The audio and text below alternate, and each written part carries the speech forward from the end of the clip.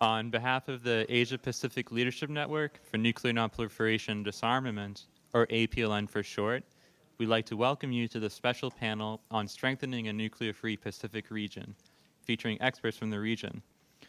The Pacific Islands have long been at the forefront of global nuclear disarmament efforts, having suffered the intergenerational human and environmental effects of hundreds of nuclear and radioactive material tests by nuclear weapon states from 1946 to 1996. The 1985 South Pacific Nuclear Free Zone Treaty stands as a landmark rejection of nuclear weapons, nuclear testing, and dumping radioactive wastes and materials in the region. However, more recently, the Pacific Islands have also been subject to the escalating geopolitical competition and growing militarism of major powers under the logic of great power competition. The Pacific Islands are also extremely vulnerable to the effects of climate change, which brings added urgency to the question of nuclear risks and safety and underlines the importance of articulating a concept of security which reflects actual human needs and which rejects a security based upon the possession of nuclear weapons and the threat of their use. This is an important part of APLN's work. APLN is an independent organization and network of over 150 former and serving political, military, diplomatic leaders, and senior experts from 20 countries across the Asia-Pacific, working to address defense and security challenges in the region with a focus on reducing and eliminating nuclear weapons risks. We're grateful to the organizers of the second meeting of states parties for hosting us. I'll now turn to my colleague Elaine Natalie, Policy Fellow at APLN, to discuss our Voices from Pacific Island Countries project in more detail and to introduce the panelists. So this project aims to help amplify voices from the Pacific that highlight the inequities and injustices of past and present nuclear weapons policies and practices that exacerbate existential risks. So this includes climate change, and together with other individuals, organizations, and civil society groups across the Pacific Islands, we hope to help raise global awareness of the shared responsibility to address human and environmental security challenges in the region. So in the first year of the project, we hosted a Pacific Islands creative competition on nuclear weapons and the climate crisis, and we published reports and videos highlighting the detrimental impacts that nuclear weapons policies, practices, and climate change have had on the Pacific region and communities. And we also organized a panel on Pacific Islands and disarmament at the 10th meeting of the CSCAP study group on nonproliferation and disarmament in the Asia Pacific. So in this second year, we are delighted to be able to organize this panel at the 2MSP, and we are also planning to publish more analytical papers and interpretive essays by experts in the Pacific over the next several months. Now I would like to introduce our distinguished panel of experts, and I'll introduce them in the order they'll be speaking. So first we have Betty Rakue, Ecumenical Enabler for Climate Justice at the Pacific Conference of Churches and Steering Committee member of the Nuclear Truth Project. Betty hails from the Marshall Islands and Pohnpei in the Federated States of Micronesia with links to Hawaii and Fiji. And she will be graduating with a postgraduate degree in development studies from the University of the South Pacific, where she also served as president of MISA for the Pacific, which is a grassroots youth nuclear justice organization. And Betty is actually also one of the winners of our Pacific Islands Creative Competition and was part of our panel on Pacific Islands and disarmament at the CSCAP study group on nonproliferation and disarmament earlier this year. And next we have Dimiti Hawkins, Australian nuclear-free activist and researcher, currently a co-coordinator of the Nuclear Truth Project. She was also a co-founder of the International Campaign to Abolish Nuclear Weapons and remains an active board member of ICANN Australia. So her work centers on advocacy for nuclear abolition, particularly alongside affected community members and civil society partners. Her research focuses on the history of nuclear weapons testing in the Pacific. And Dimiti was awarded an Order of Australia honor in 2019 for significant service to the global community as an advocate for nuclear nonproliferation and disarmament. Dimiti is also currently working on a paper for us with Dr. Jim Green on the politics of nuclear waste disposal, lessons from Australia. And then we have Maima Koro, Pacific Research Fellow for the Regional Perspectives Project, a research collaboration between the University of Adelaide with Pacific partners. Hailing from Tokelau and Samoa, Maima has over 20 years of international development experience in the Pacific at both national and regional levels. She's also pursuing PhD studies focusing on the intersection of security and justice in Pacific communities. And Maima is also the author of a report we published earlier this year on the concept of relational security and the ethical dilemmas of geopolitics in the Pacific. And last but not least, we have Tarsisius Kabutalaka, Associate Professor in the Department of Pacific Island Studies at the University of Hawaii. Tara's current research and publications focus on geopolitical competitions and the Pacific Islands. He previously worked at the University of the South Pacific in Fiji and the East-West Center in Honolulu. So hailing from the Solomon Islands, he received his PhD from the Australian National University, and Tara is also currently working on a paper for us on the theme of this event, actually, strengthening a nuclear-free Pacific region. So each panelist has about 10 minutes to give their remarks, and then we'll open the floor to Q&A and discussions. So Biddy, please go ahead. Thank you, Elaine. Yahweh, Kasalelia, and Pacific greetings all. It is a pleasure to be speaking at this event today to discuss the strengthening of a nuclear-free Pacific region. I would like to thank APLN for organizing this event and supporting my attendance at the second MSP. As Elaine said, I am Betty. I am a daughter of Oceania from the Marshall Islands and Pohnpei State in the Federated States of Micronesia. And I am a nuclear justice campaigner and ecumenical enabler for climate justice at the Pacific Conference of Churches. Tiny, isolated, and sparsely populated, this was and continues to be the characterization of the Pacific Islands by colonial powers. This perspective differs vastly from the way that Pacific Islanders view their oceanic home, a massive network of vibrant islands and coral atolls connected through a vast and abundant ocean. This unfortunate difference of perspectives has resulted in one of the most dangerous forms of environmental racism, which has spanned decades, causing destruction to health, environments, and the well-being of multiple generations throughout Oceania. Today, Pacific communities are still reeling from the impacts of nuclear colonialism in the form of over 315 known nuclear and hydrogen bombs detonated by the US, UK, and France throughout the 1940s to the 1990s, with the equivalent of approximately 7,000 Hiroshima bombs in just the Marshall Islands alone. The aftermath spans deeper than cancers, displacement, and widespread ecological contamination. Nuclear weapons have disrupted the Pacific way of life and relational security, denying Pacific peoples of their livelihoods, quality of life, and connections to land, ancestors, and culture. While we address the strengthening of a nuclear-free Pacific region, we must acknowledge the ways in which nuclear-affected communities are seeking justice, reparations, and self-determination in the face of the humanitarian impacts of nuclear tests.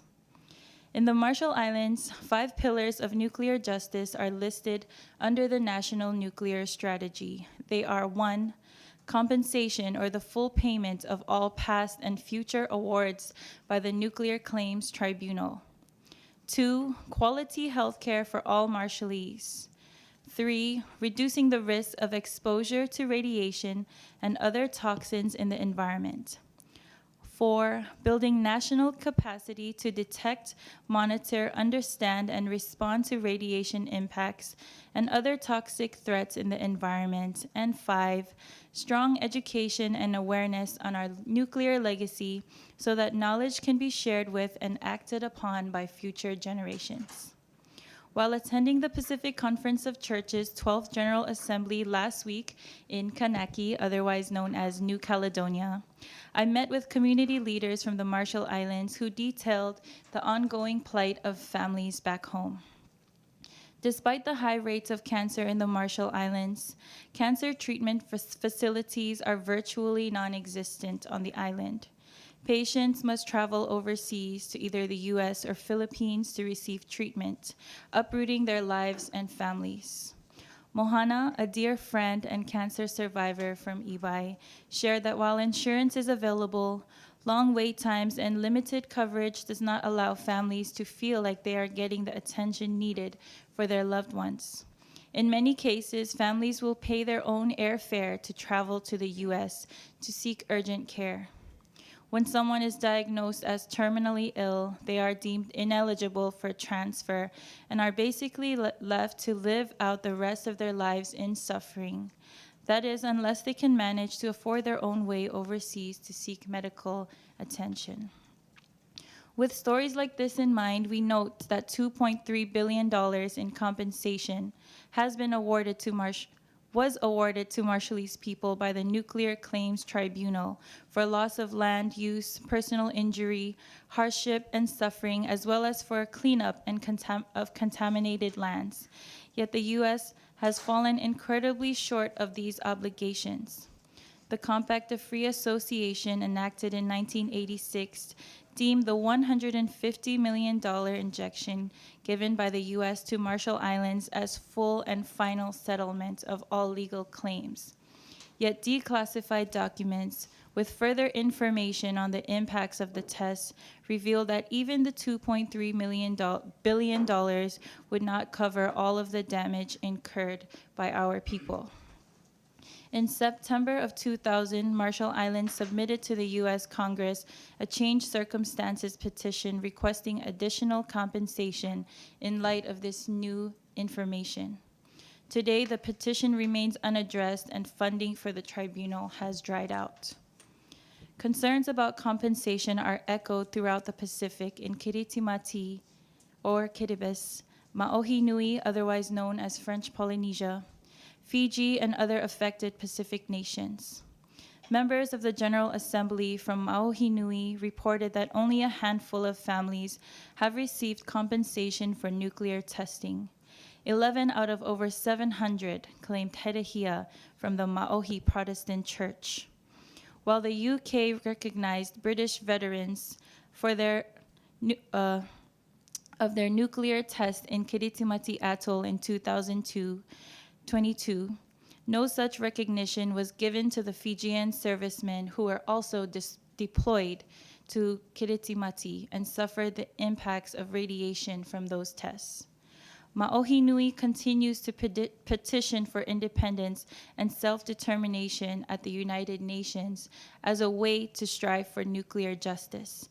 And Kiribati, as you all know, heads the working group on victims assistance and environmental remediation under the TPNW.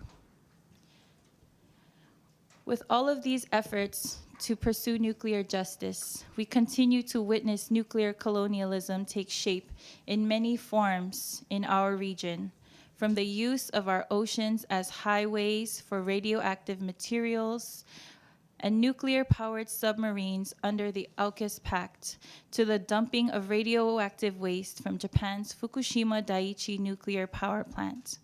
These issues, coupled with geopolitics and climate change, are a continuation of the paradigms which sparked nuclear testing within Oceania, regarding our islands and oceans as a frontier for colonization. In both cases of nuclear testing and radioactive waste dumping, developed countries have ignored the pleas of indigenous communities to safeguard their health and environment. This was mentioned yesterday by my dear brother Benedict, who mentioned the resolution that the Marshallese people filed to the UN to stop testing in their islands. In solidarity, we find ourselves connected through our paths towards self-determination and decolonization, transforming our nuclear legacy into one of peace with justice and prosperity. If we continue to perpetuate the same attitudes from the age of nuclear tests, the cost of development to our small island nations through ongoing environmental pollution from fossil fuels, plastic, mining, and more will continue. Climate change compounds the struggles of nuclear-affected communities in the Pacific, in some cases forcing them to relocate for a second time. As my good Dear sister and third-generation displaced Bikinian Rosenet Timius says, "My people once had to relocate for the good of mankind. Now we have to relocate because of mankind." I would be remiss if I did not highlight the role of Pacific churches and faith-based organizations in the strengthening of a nuclear-free Pacific region. Since the 1960s, Pacific faith-based organizations have moved to ignite the nuclear-free and independent Pacific movement. Today, this movement continues through the resolution of the PCC General Assembly, which took place last week and reads, "As guardians of Pacifica, we call on the governments of Australia, China, France, India, Indonesia, the United Kingdom, and the United States to free our region of nuclear proliferation, weapons of mass destruction, and military bases. We persist in our call for regional ratification of the Treaty of the Prohibition of Nuclear Weapons and a total commitment to the Rarotonga Treaty for a nuclear-free Pacific. We challenge past and present colonial powers in the Pacific to sign the TPNW."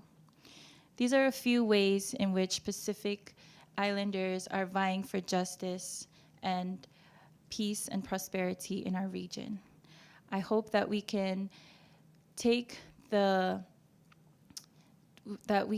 ponder on the frameworks that have been looked at and change the way that we think about the Pacific. Thank you so much.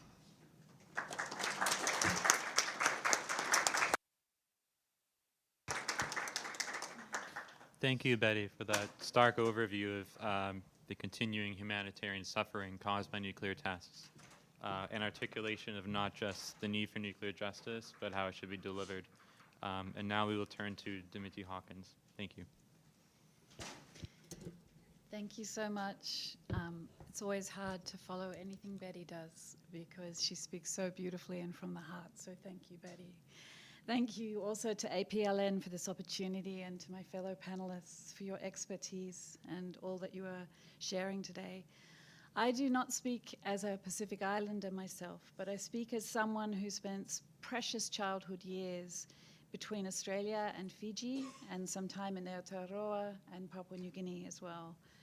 My Pacific upbringing really gifted me with a love of culture and community and a deep care for Vanua and country, including our waters, our lands, our air, and all the living things that reside in these places. My Pacific upbringing also gifted me with a fierce anger at the way that these places of my childhood were used by colonial forces as testing grounds for their weapons of mass destruction. Just in the years I lived in Fiji as a child, for example, saw over 60 nuclear weapons tests in neighboring Mohoanui, or French Polynesia.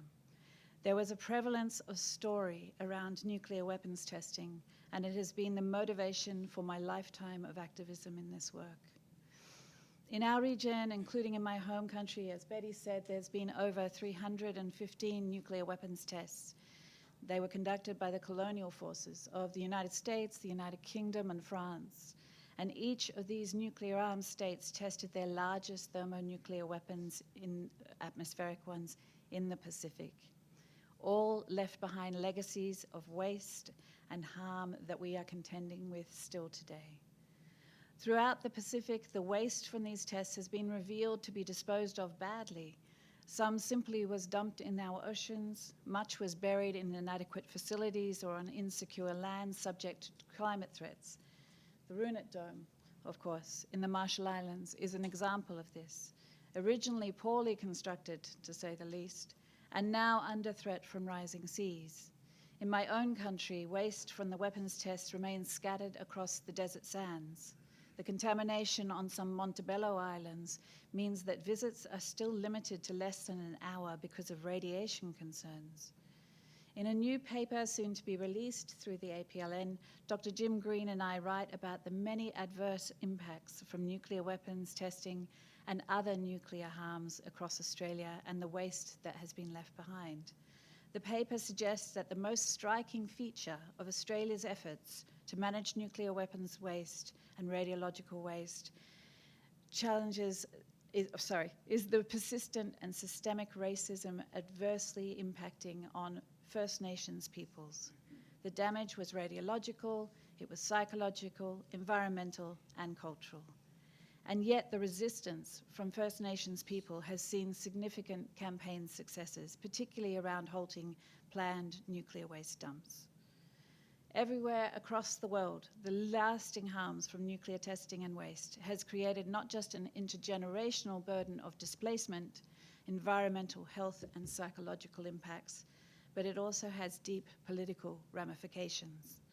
Across the Pacific, nuclear-armed states were testing these weapons on occupied and colonized lands, places misconceived, as Betty said, by foreign forces as remote or far away or empty. None of these things were ever true for those of us who live there. At the first Nuclear-Free Pacific Conference that birthed the NFIP movement, Papua New Guinean leader Albert Mori-Kiki shared these words: "We, the people of the Pacific, have not asked for nuclear devices. They have been placed here and experimented with after our peoples have been subjugated to direct or indirect rule. Make no mistake about it, these weapons and devices are here against our will." The colonial imagination that historically misconceived our region as empty also long obscured proper recognition of the harm to people and the environment. Much of the contamination, health, and environmental impacts of nuclear activities has been poorly or not at all measured and remediated. Denial of true impacts hinders adequate monitoring or remediation of those harms. This must change. So we're working to do this through the Treaty on the Prohibition of Nuclear Weapons, around shifting norms and expectations. Civil society groups are central in creating norms for nuclear non-proliferation, restraint, and exits. As the world moves towards the positive obligations of victim assistance and environmental remediation within the TPNW, we expect to see new commitments to openness and transparency. Essential to this is the centering of the lived experience of survivors and affected communities. Because the harms caused by these weapons are not just historic, they are ongoing, intergenerational, and unless dealt with, will be revisited upon us. So what can we do?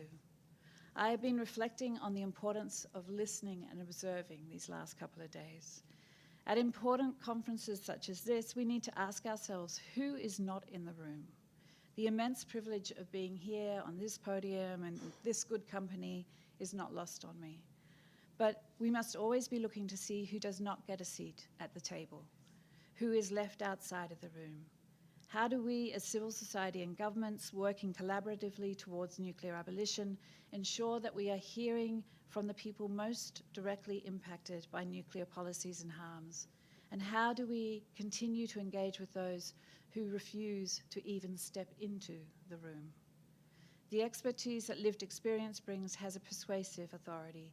We must continue to seek out, listen to, and uplift lived experience from frontline affected community members. We must work to understand the complexity of the concept of victim, the scope of the term affected community, and also to understand the true reach that nuclear harms have caused, beyond simple lines on a map or incomplete data sets. We must also seek to recognize the strength of collaboration. Civil society and governments working together is how we have this treaty on the prohibition of nuclear weapons. It has been the call of so many in civil society, particularly those from affected states. With connections to broader international organizations, many civil society groups work to bring Pacific perspectives to the global community, and I pay my respect to all of them, and many of them are here in the room with us today, so thank you all. We see so many Pacifica family in this meeting, and we are all richer for the stories and the strength and the energy they bring to this vital issue. In this time where we are balanced between the hope that the TPNW offers and the despair of a deteriorating disarmament norms and increasing nuclear threats and risks, it serves us to remember the power of civil society and the strength that we bring to this process around nuclear disarmament and abolition, to recognize the importance of collaboration with willing governments. The importance of civil society organizations in systemic change across transnational interests is well established. The work of civil society groups to engage, examine, educate on issues of global concern is evident in this conference. Civil society builds political will and generates dialogue. Before our governments come together, civil society comes together. We are collaborating and we're planning, we're finding common ground, we're seeking solutions, we're testing ideas, working across states and nations, across generations, across languages and cultures.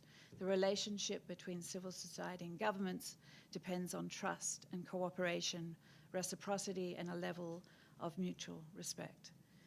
Particularly now in a time of intense geopolitical stresses, this is something to truly work towards. So as we continue to build dialogue, we also have to do so with fierce hope and intent. The Pacific understands the importance of collaborative communications, talanoa, what is used to be called the Pacific Way, where no one is left behind, where dialogue is long and consensus is the aim. Solidarity between the peoples and across the beautiful oceans and lands is key. Any external powers' interests that threaten detrimental impacts on the Pacific will always be met with resistance. Thank you.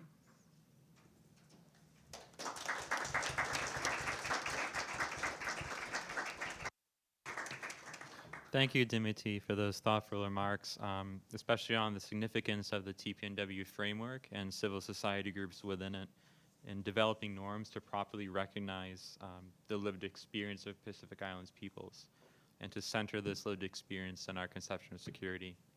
We will now turn to Maima. Thank you. Thank you. I don't think I have anything to add, so been said.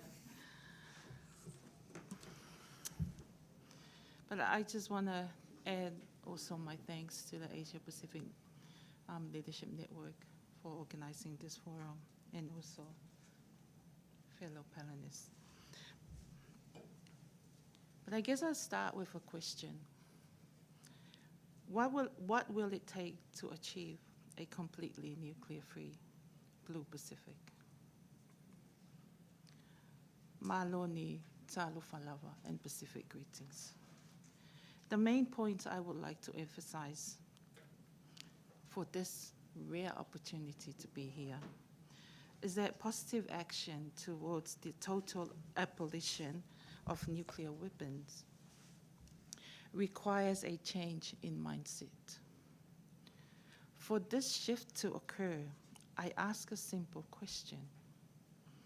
Whose interests are served by the continued projection of fear that necessitates the creation of an environment to produce such weapons of mass destruction?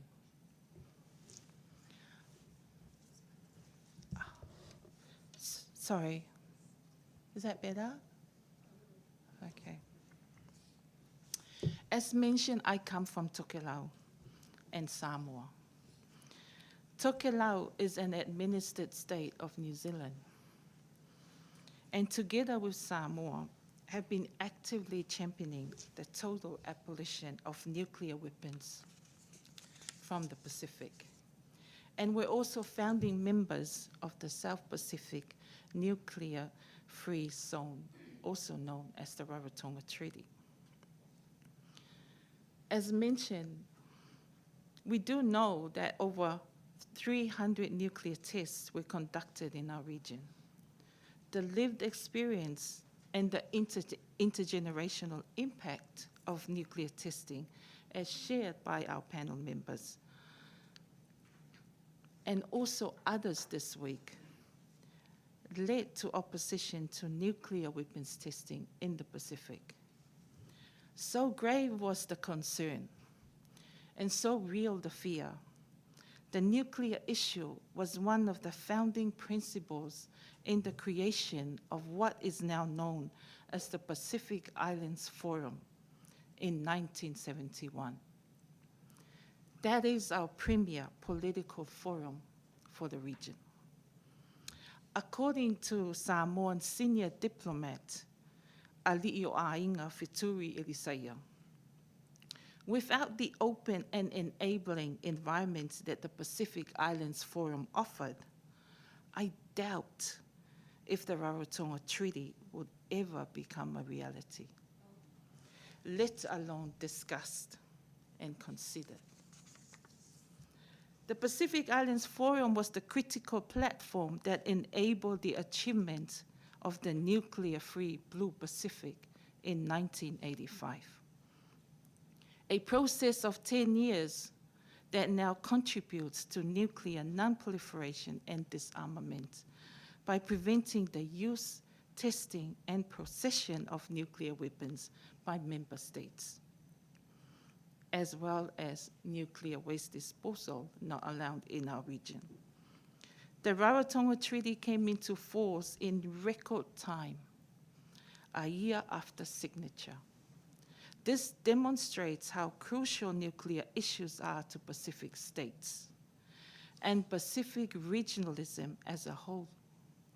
Anti-nuclear policies are intrinsically tied to decolonization and the move for independence. Summed up by Ali'o Ainga Fituri Elisayam, our region, as mentioned, has been the site of nuclear testing and the scars of fear and mistrust as a consequence of this experience, including our vulnerability, gave our region a shared point of reference that shaped our perspective of nuclear disarmament. The Pacific Islands Forum indeed emphasized that it is a nuclear-free zone, not just a nuclear weapon-free zone. The anti-nuclear legacy is also a shared responsibility for Pacific Island states, one that calls on them to stand up for their fellow members who face nuclear legacy injustices or imminent nuclear threats. As such, 11 Pacific countries have ratified the treaty that we gather here today to progress. Political commitment to keeping the region a nuclear-free zone is supported by a number of conventions, and the Pacific Islands Forum Secretariat serves as the depository. I'll just mention a few of these conventions. It's important to bear in mind that we do not see nuclear weapons as a separate issue from all other issues of nuclear. The Convention for the Protection of Natural Resources and the Environment in 1986, that established the SPREP that is now based in Apia. That came into force in 1990. And that convention is a comprehensive umbrella and an agreement for the protection, management, and development of the marine and coastal environments of Pacific communities. We also have the convention to ban the importation into foreign island countries of hazardous and radioactive wastes and to control the transboundary movement and management of hazardous waste within the region. This was in 1995, and it came into force in 2001. As well as legally binding regional instruments, Pacific leaders also mandated the will of Pacific people to lead free, healthy, and productive lives through various strategies. We had the Pacific Plan that morphed into the framework for Pacific regionalism, and it's now reinforced in the 2050 strategy for the Blue Pacific. In 2018, our leaders mandated the Boe Declaration on Regional Security, and it recognizes the vulnerabilities of the Pacific and endorsed an expanded concept of security to include human security and the well-being of peoples of the Pacific. So yesterday, we heard one of the researchers talk about knowledge and power. These are important concepts that needs to be unpacked in understanding the question I posed earlier. Who are really benefiting from not advancing the Treaty on the Prohibition of Nuclear Weapons? Power is about control, and the heightened perceptions of fear by some countries is a form of control. It is well acknowledged that the recent focus on nuclear weapons, the narrative of deterrent or forward projections, are linked to perceptions of a changing world order. The former Secretary General of the Pacific Islands Forum Secretariat, Henry Puna, in 2001 stated, and I quote,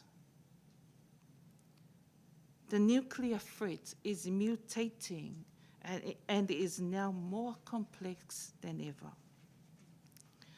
There are issues of radioactive waste, nuclear energy, nuclear-powered submarines, and even the militarization of space to consider." So in the multiplexity of the interconnectedness of the changing world order, how realistic is it to hope for the achievement of the objectives of the Treaty on the Prohibition of Nuclear Weapons? Again, I ask, whose interests are being protected and advanced at our cost? It is our cost, as our co-panelists mentioned. That has been the legacy that we have always been sacrificed for the common good. We again see this being sacrificed in being asked to support AUKUS, a forward projection security pact signed by Australia, the United Kingdom, and the United States in the name for the good of the Indo-Pacific region. So yesterday,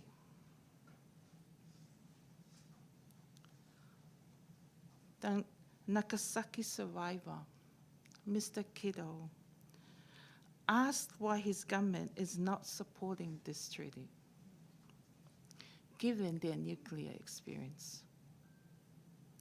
We asked the same question, specifically because of the Japanese government's 30-year plan that commenced in August this year with the release of the first wave of the Fukushima waste in the Pacific. So within these UN walls that we have been in the last few days, we heard people speak their truth about the hopes they have in being part of the international community. Hopes for justice, hopes for respect, and hopes for peace.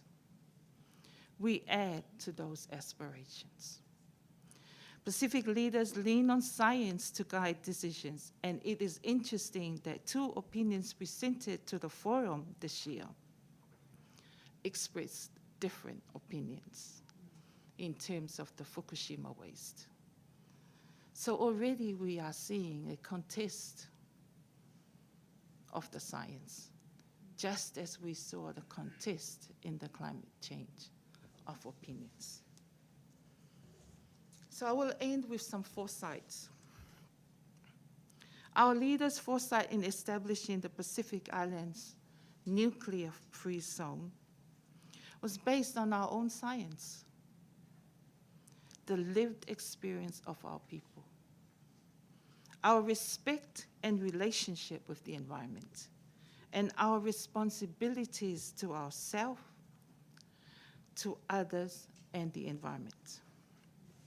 Yesterday, we heard from a research panel of their valuable and crucial contribution to the nuclear prohibition discourse.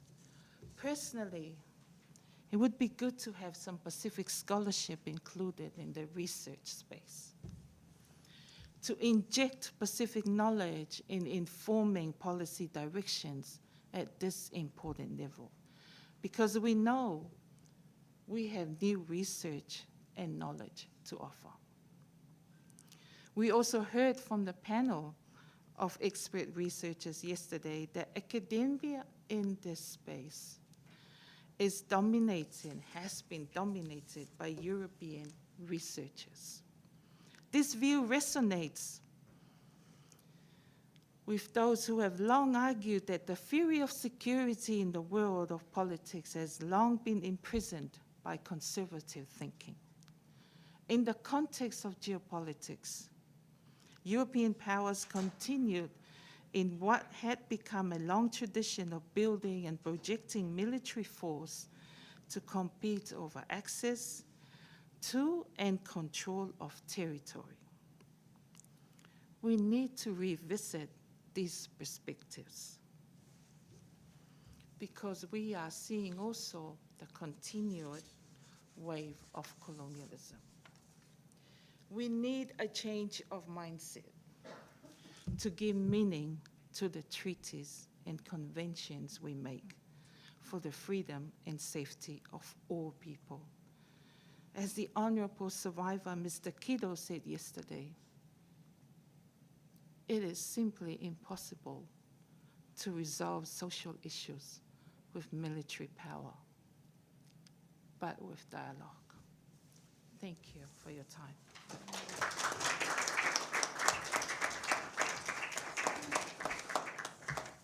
Thank you, Maima, especially in your early discussion on the PIF role in creating the environment conducive to agreeing the Rarotonga Treaty, the historic intertwining of the PIF and anti-nuclear efforts.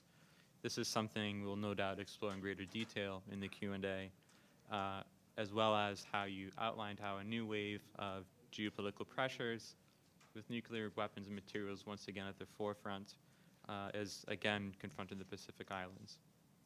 We will now turn to Tarcisius. Thank you. Danido Wanihamu, Bulavinaka, Aloha Maikako, and Pacific greetings to all of you. First, let me take the opportunity to thank the Asia Pacific Leadership Network for the opportunity and for making it possible for me to be here. Thank you very much. And second, thank you to my fellow panelists for the wonderful presentation. I have never been to a gathering like this, so this is scary. I don't have a prepared presentation, but I will rattle on for 10 minutes and see where we go. So what I'm going to do is provide some very broad points that will hopefully emphasize what my fellow panelists have talked about, and also at the same time, I think, provide a broad frame for us understanding the Pacific more broadly, but secondly, understanding nuclear issues in the Pacific. And my first point is that the Pacific Ocean and the Pacific Islands have long been a site for geopolitical competition. And Pacific Islanders are familiar with geopolitical competition, as well as being affected by geopolitical competition. We saw that in the 1800s, which led to the establishment of colonial territories. Colonial territories, many of which have subsequently become nation states that we know today. They are products of colonialism mostly.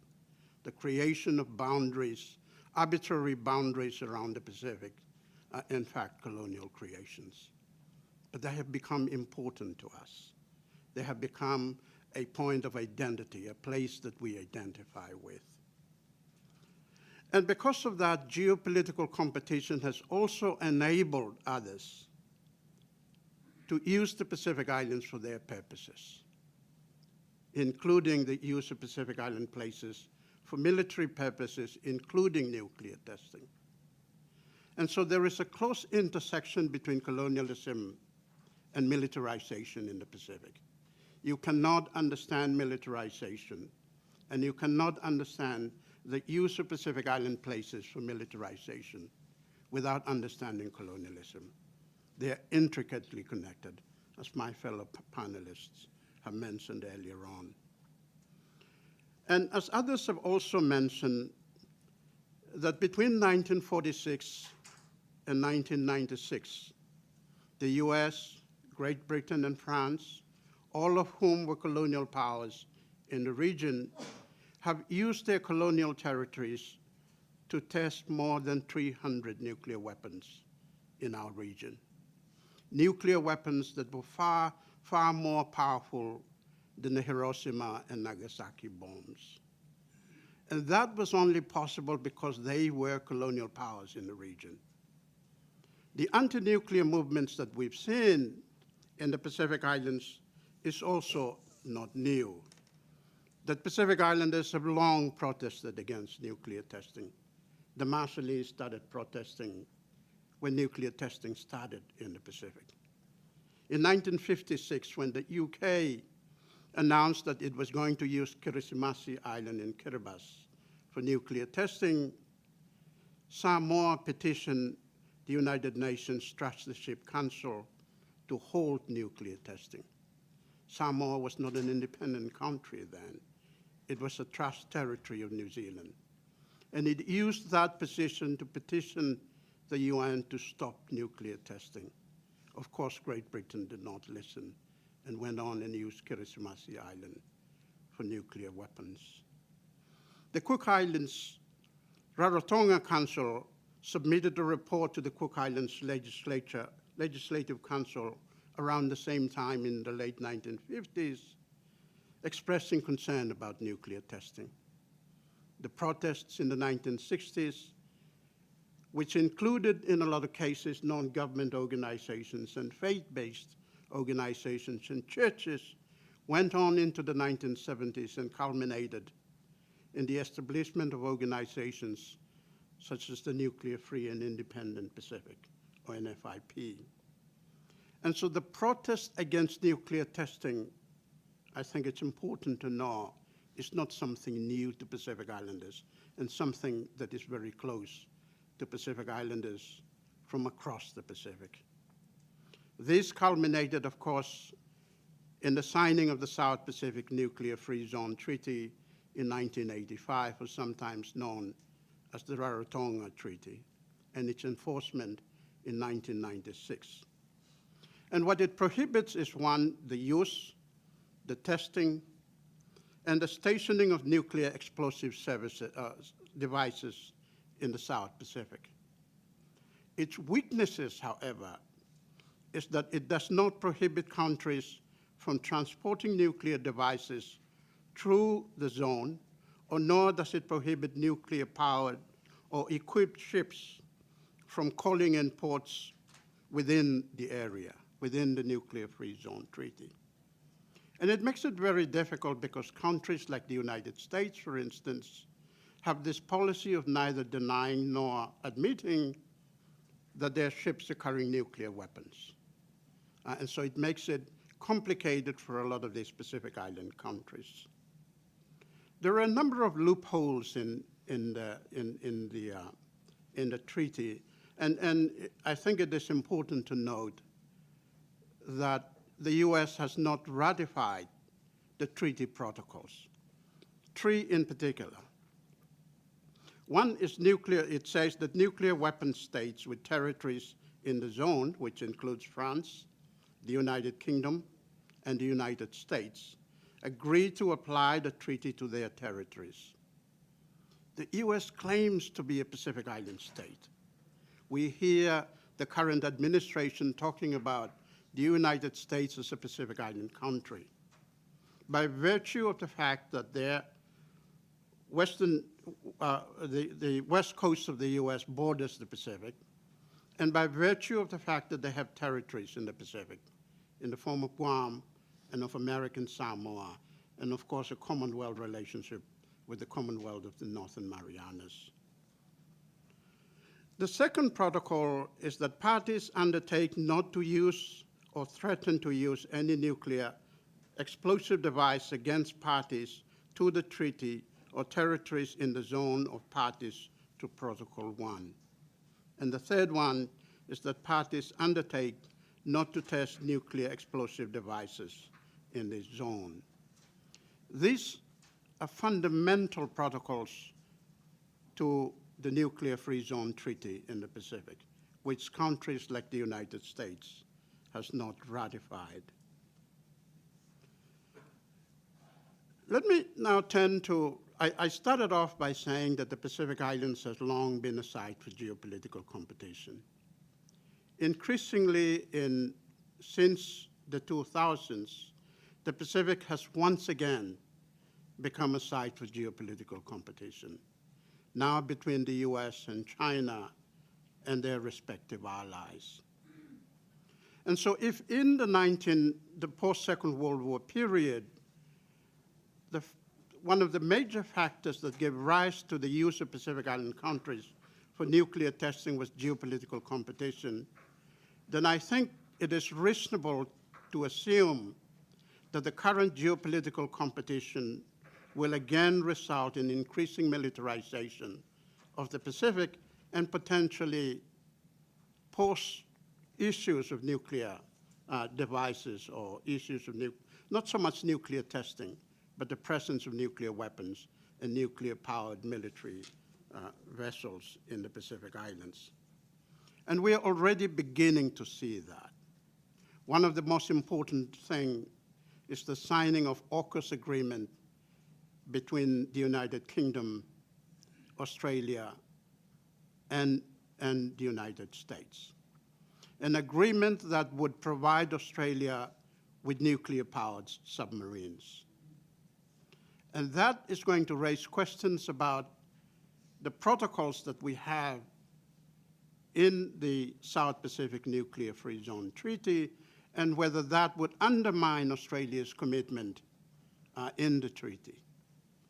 The second is the US plan to station B-52 bombers that are nuclear capable in places like Darwin in the Northern Territory, and whether the stationing of B-52 bombers that are nuclear capable, but neither denying nor admitting whether they're carrying nuclear weapons, I think raises a lot of questions for Pacific Island countries about the commitment both of Australia as well as the United States.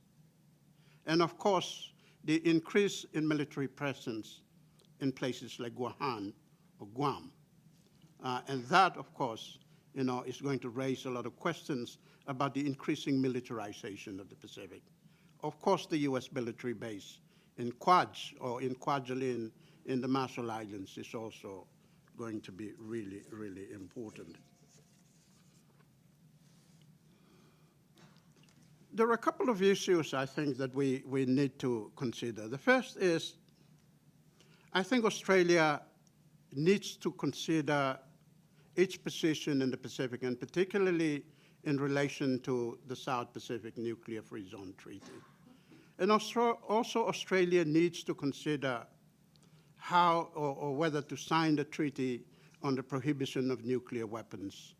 I think that's a really important commitment that will show Australian commitment to these things. However, having said that, I think it's going to be a very difficult call for Australia because of its very close relationship with the United States. And because Australia sees itself and its security under the umbrella of the United States nuclear power.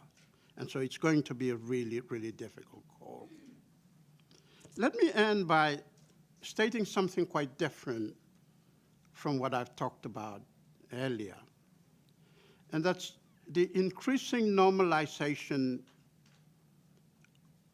of nuclear weapons and nuclear power in a lot of our communities. And I want to raise in particular the use of popular culture in the normalization of nuclear weapons. And I'm referring to some of you, probably, or your kids, often want to watch SpongeBob SquarePants. And a place that's called Bikini Bottom. And I think, in a lot of our societies, including Pacific Island societies, there is an increasing normalization of nuclear issues to the extent that it erases the brutality of nuclear weapons. And even fashion swimsuit like bikini, that in many ways sexualizes, sexualizes this very brutal history that people forget that they have a genealogy that's connected to the brutality of nuclear weapons. And that is a much bigger issue than just the United Nations. It's an issue that I think our societies today need to think about. I'll stop here and contribute more during Q&A.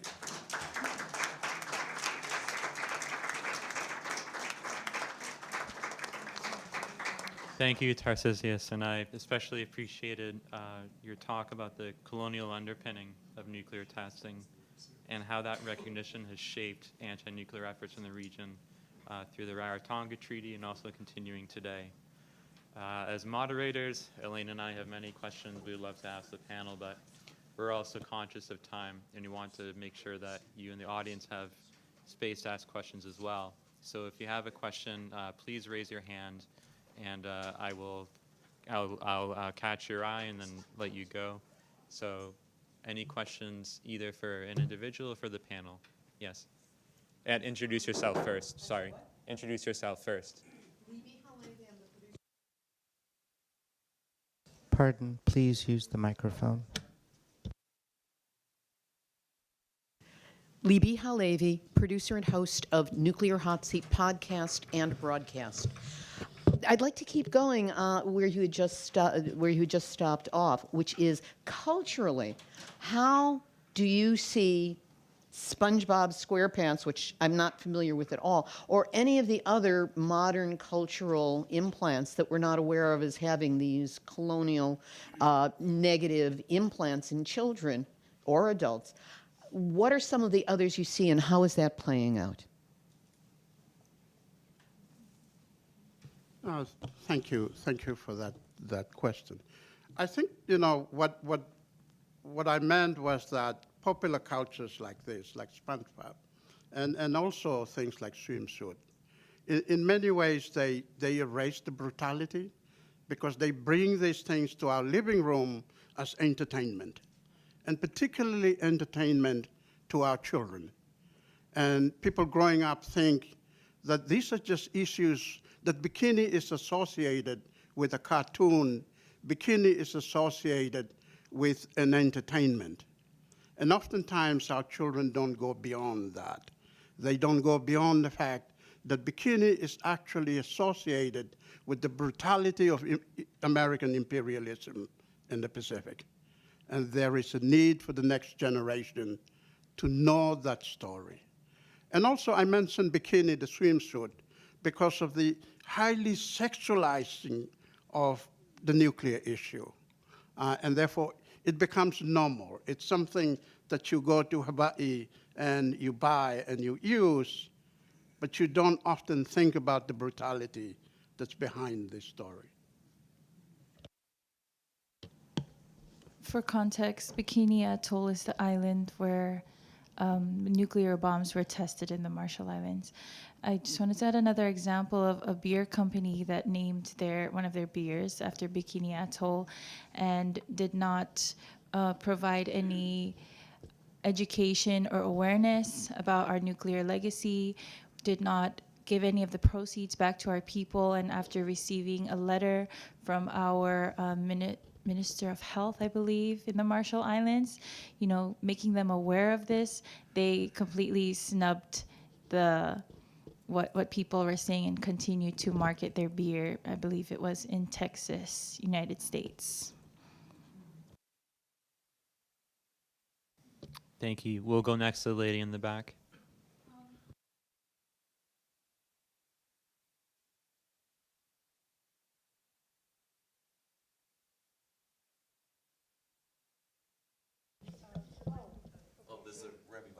Oh, thank you. Okay. I'm saying it's absolutely wonderful to hear what you're having to say. But I think about people back home and how hard it is to get the message out to people back home outside of this network. So I'm wondering, in your areas, how effective do you think is the grassroots understanding of what you're trying to do, in educating people? And how many people on the local levels are supporting TPNW because they're really fully aware of it? They certainly aren't where I live.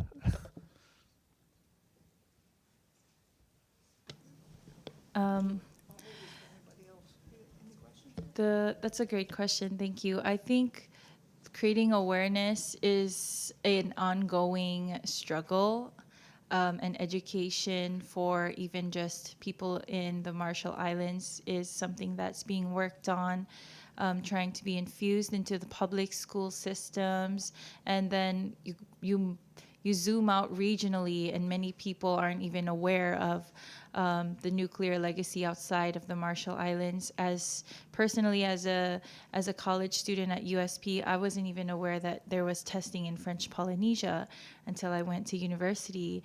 And many of our students say we didn't know about Rennet Dome or the radioactive waste in our island until we left. And so it's a big issue and a struggle, but it's something that we are taking one audience at a time and trying to tap into networks like churches, schools, media, and things like that to try to get the message across.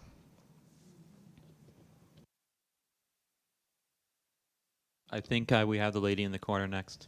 Thank you. My name's Lynn Jimison from the Scottish Campaign for Nuclear Disarmament. And my question is really about anniversaries. In Scotland, we marked the 3rd of October, which was the first British nuclear test in 1952 in Montebello. And so we talked about that as the 70th anniversary of the first British nuclear test. And I was trying to make that a kind of thing on the calendar in the same way as we always mark Hiroshima and Nagasaki. But this year is the 70th anniversary of the test that blinded Yami Lester, and then in 1956 we'll have, 2026 we'll have a 70th anniversary of a whole new set of tests. And I just think maybe, we're trying to do quite a lot in Scotland to educate people about the colonial and racist legacy and the links actually between, as you said, colonialism, militarism, but I would also say environmental destruction and the creation of climate change. But it would be more powerful if we were doing it with anniversaries that we all kind of respected and marked. And so I'm looking for some guidance about that.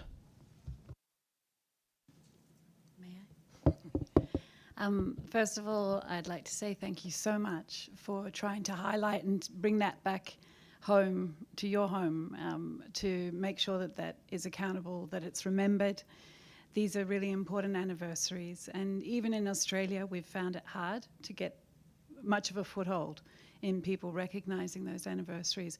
We had the 70th, as you said, last year for the Montebello test, the first test. This year we had a wonderful series of events, and thanks to Karina Lester in particular, who spoke this morning. For those who missed her, she will also be speaking tomorrow on another panel. But she did a lot of work around the anniversaries of the EMU field tests and the black mist that came over country there. I agree with you that it's really important for us to have, agreement between ourselves about sharing those anniversaries and the solidarity around those things. I know that we try and always have solidarity with our friends in the Marshall Islands around the 1st of March.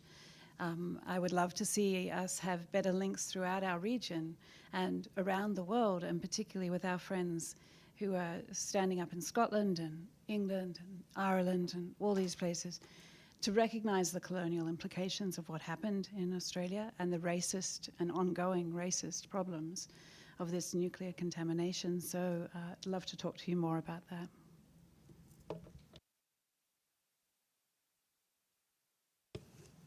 Okay, I think I'll just bring in the regional perspectives in terms of the anniversaries and, in terms of the nuclear.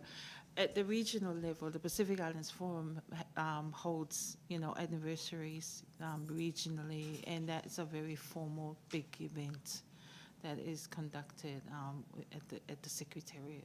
Yeah. Sorry.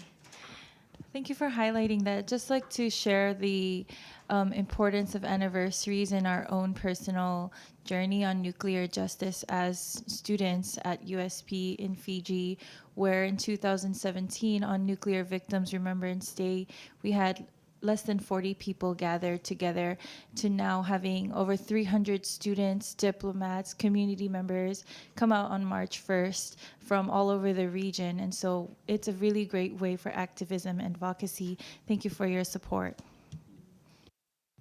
Thank you. We'll now go to the gentleman at the back before the lady in the front. Hi, Joey Tao from the Pacific Network on Globalization. Just want to thank the panelists. Maybe just an observation or maybe a commentary and then just a general question to our esteemed panel.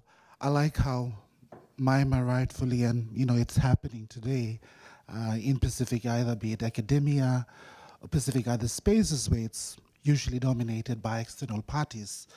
And I think it draws me back to the first CSO, the initial briefing where Ivana talked about nuclear weapons and the source of it and how science has informed this and scientists should be involved in. And I do really respect science. But I think it also draws me back to the victims and the survivors in the Pacific, because they are the experts. They should be also sitting on advisory panels. They live with the everyday experience. It's past generational. So I believe they deserve a table in these forums, these spaces, or this advisory. So that's just general observation.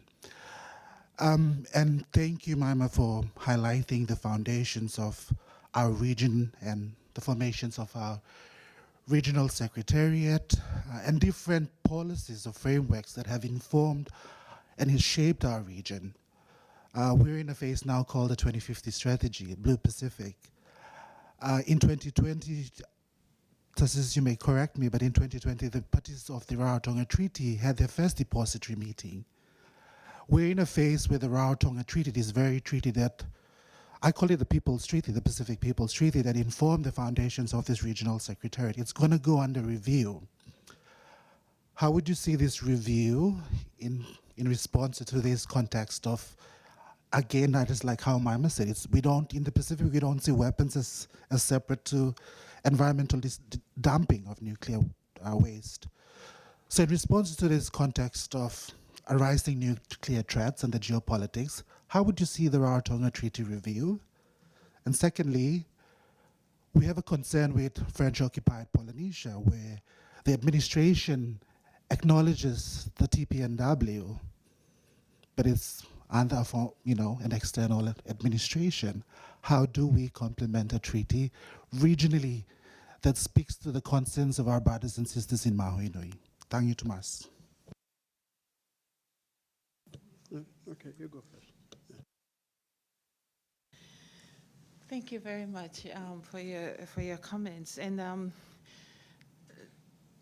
I think, we heard yesterday that humanitarian was like a first theme, in terms of like the nuclear, and correct me if I'm wrong. But when I talked earlier about how we don't just see nuclear weapons, away from nuclear, because of how we understand relationality and how our societies are made up. So when I reference that we do have a body of knowledge to contribute to the policy formulation, we do. And I think, it's time that we do, because it's not just within the space of the nuclear. The global, security agenda needs to be really embedded with the richness of the other perspectives about how that is going to work. Because we've seen so many things that are not happening so well, but we've also seen things that are happening well. But I think we've also, one of the things that I'm coming to that point is because Pacific countries have gone through democracy formulation over 40 years now for those who have achieved independence. So this is the time that they've had that taste. They are now, reformulating what does democracy mean for them. And also what is their democracy? Because the democracy was handed, was given, and it was institutionally based state definitions of that. It doesn't take into consideration the political economy, the reality, the context. We heard the word context yesterday. Context is a word that is lived and breathed in the Pacific. Because it's not just the context of the country, the context of the region, the context within the country, and the context within communities. So this is where, we're seeing a lot of this now at play, even within the Pacific. So this is why that broader scholarship needs to be, collaborated on, understood on, so that policy can actually make sense to the people who have been impacted.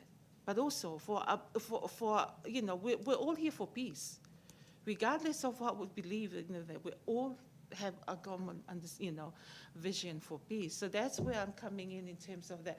There is certainly room, because much of what we heard yesterday is fantastic research, and I can understand that, because one of always the challenge around doing social research is like it's seen as something highfalutin. So the science makes sense, because there's also a disciplinary contest at play there. So there is certainly space, because I think more and more too, there's a recognition, well, I use the word multiplex. There's a recognition, all the things that we have been trying to be doing, it's much more complicated, it's much more interactive, it's much more interconnectedness, but it's something that we live with. We understood what that was. We tried to make sense of what was handed to us, because that is the system we have. And at the same time, we live in the society of the interaction, the society of relationality. That's not informal for us, that is formal. So this is why there is room for that, collaboration and understanding and the sharing of knowledge. So I think but I'll leave it to our elder, and my respect is always with Dr. Laka here. Thank you, Thomas Wantok, for the wonderful question. I think it is absolutely important that the Rarotonga Treaty is reviewed and changes are made. And our leaders recognize that, leaders in government as well as leaders in civil society and leaders in our churches and other faith-based organizations. And it's important for a number of reasons. One is that the geopolitical context of the 1980s that gave rise to the Rarotonga Treaty is very different from today. And different in a number of ways. One is that the parties involved in the geopolitical competition, at least one, is a different power. The former Soviet Union was the issue of contention in the post-Second World War period. And the US and its allies had this policy of strategic denial. Whatever we do, deny the former Soviet Union access to the region. But the Soviet Union was a very different power from what we have in China today, both in terms of its diplomatic as well as its economic presence. China is much more present in the Pacific in ways that the former Soviet Union never was. And because of that, there is a different dynamic in the relationship between the superpowers, between the US, Australia, and New Zealand, and the alliances that they've created amongst themselves vis-a-vis trying to counter China. And also China has the ability to project itself militarily in the ways, at least towards the Pacific Islands, in the ways that the former Soviet Union never was. And we've seen that in places like the South China Sea. And so the context of geopolitical competition is different. Therefore, the mechanisms that we have for trying to stop nuclear weapons in the Pacific should also change, taking into consideration this changing geopolitical context. And I think very important in any reform that is proposed is the inclusion of things that were not included previously. Things like, for instance, the transporting of nuclear devices through the Pacific, the transshipment of nuclear devices through the Pacific Islands. And secondly, the prohibition of nuclear-powered and equipped ships or submarines or planes from Pacific Island places, or at least within the zone of the Rarotonga Treaty. I say that while at the same time acknowledging that it's going to be very, very difficult, particularly given the role played by our friend and neighbor, Australia. And one of the reasons why these were excluded from the initial Rarotonga Treaty was because of that very important relationship between Australia and the US through the ANZUS relationship. And therefore, the US used Australia to ensure that whatever agreement comes up in the Pacific in the 1980s do not include those things, and especially because of US interest in the region. That interest is much greater now than it was, I think, in the 1980s. And therefore, it's going to make it really, really difficult. And also, it's going to make it difficult because the renewed projection of US power in the region and the renewed projection of US strategic interests, particularly through the Indo-Pacific strategy. And so it's going to be a hard sell for our Pacific leaders, but Pacific Islanders are used to hard situations. And I think, for us, we do not have another choice. We have to put these on the table, and I think those are important things to consider in the review of the Rarotonga Treaty. Thank you. I'm conscious of time, so we'll go to the lady in front and then the gentleman in the back here for our final two questions. And if we'll take them together, that's okay. So. I just wanted to ask you, thank you for your panel, it's very instructive. If the story of your nuclear-free zone has been written down, and are you continuing to meet today to continue this expansion of this treaty? And sir. Just could you comment on how Hawaii fits into all this? Thank you. I'll comment on the Hawaii part, and then I'll let my fellow panelists comment on the other aspect. As we know, Hawaii is central to US geostrategic interest. Hawaii has long been central to US geostrategic interest in the same way that Guam has been. Guam has been central to America since the 1898, after the Spanish-American War, and the US took Guam. Guam is the longest colonial territory in the world, a colonial territory since 1648, with the Spanish and then the Americans from 1898. And so that intersection between colonialism and militarism, as I mentioned earlier on, is really important to understanding this. And Hawaii, although it is a state of the US, it is also a contested space in which militarism is vital to American presence. So Hawaii houses or hosts what we now call the Indo-Pacific Command.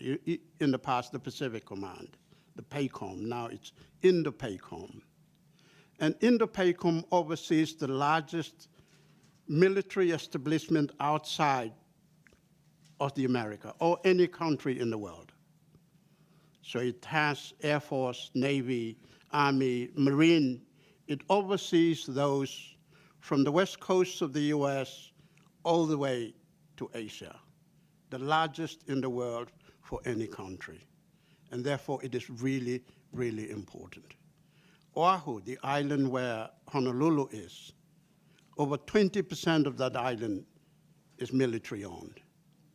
In Guam, nearly 30% of Guam is military-owned. And that's the extent of American military presence. And I think, therefore Hawaii is very central to this. But because Hawaii is not a state, it's a state of the US, it doesn't often participate officially as government in a lot of the anti-nuclear. That doesn't mean that people from Hawaii do not participate. People, communities, church-based organizations from Hawaii are part of this broader Pacific discussion that we have on anti-nuclear movements.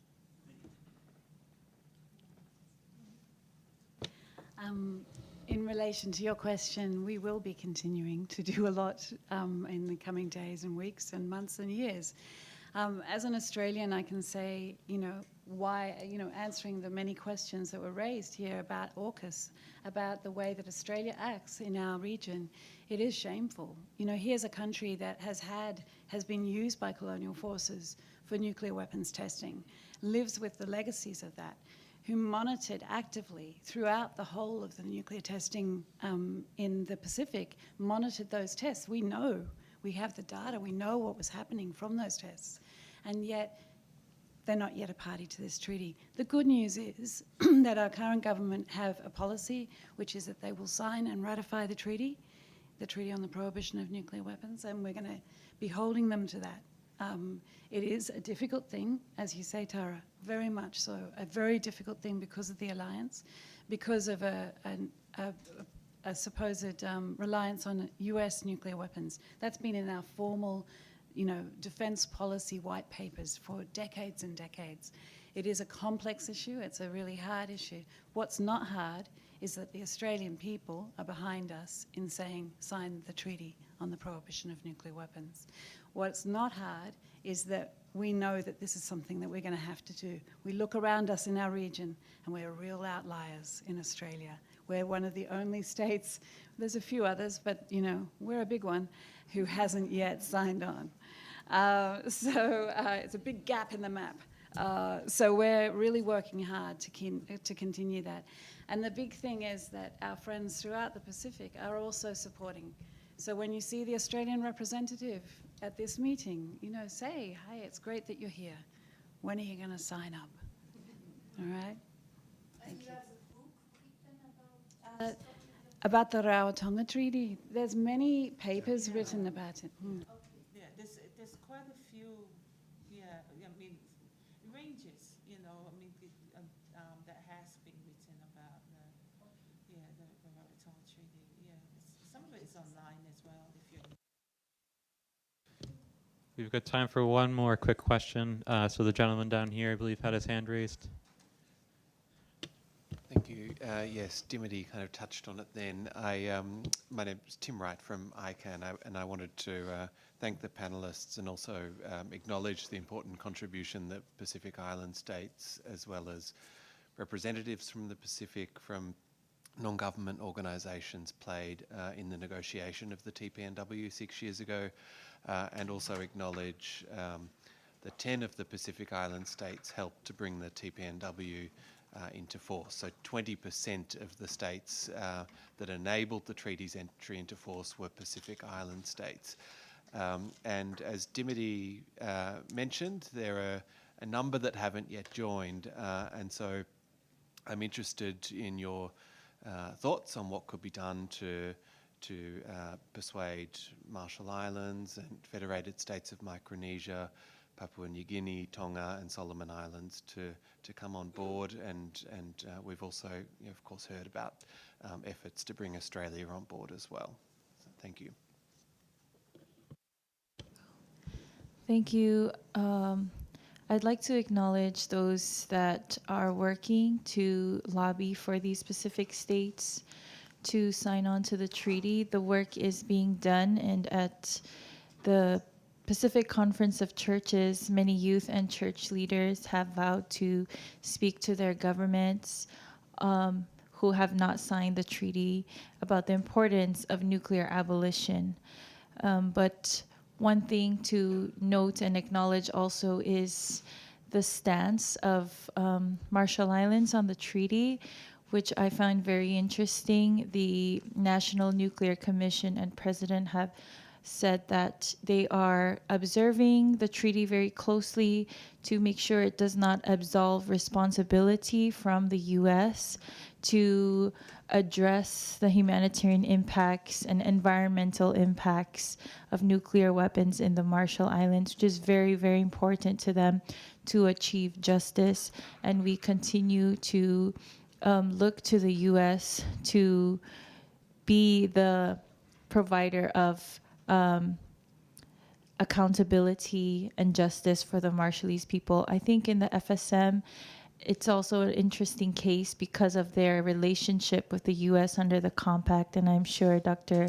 Tara could speak more to this, but it just highlights the how nuclear weapons, how all of these issues are intrinsically tied to colonialism and the power struggles and political struggles that our people are still facing today, although they are politically although they are independent, they still need political self-determination.